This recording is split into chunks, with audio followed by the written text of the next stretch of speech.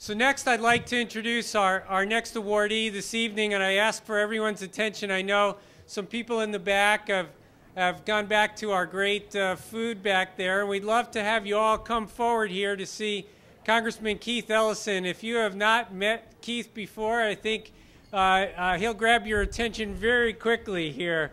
So without any further ado, I want to introduce Congressman Keith Ellison. Thank you. Thank you, sir. Thanks a lot, Mark. You know, this evening I find myself being pretty fired up and pissed off, quite frankly. I mean, the fact is, how could the Supreme Court say that it's okay to put a limited burden on the fundamental right to vote? They did that yesterday. And it absolutely makes me dedicate myself to trying to boost the vote, to reach out to every person and to ally and partner with 21st century Democrats. You know, the power behind what we do, it was fueled yesterday. We need a rededication and a recommitment to reaching out to every single person. I want to let you know that I introduced a bill not more than a month ago that said that there can be no requirement to have a voter ID or a photo ID to vote. There doesn't need to be one. There's no fraud.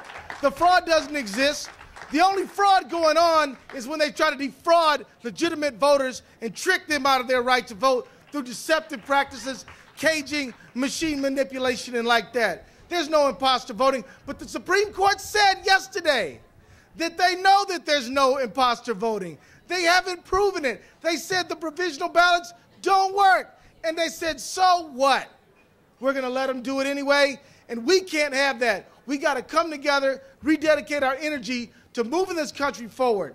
I also introduced a bill recently to say, look, provisional ballots, they only count 66% of them. A third of the provisional ballots never get counted. Even in Indiana the other day, only 2 of the people who got provisional ballots came back to vote. So this provisional ballot thing is a hoax. And I need your support to push this provisional ballot bill to make sure all these provisional ballots get counted. And I'm hoping I can count on your support for that. Today, you know, we've been talking on the House floor, having a lot of informal conversations about this decision.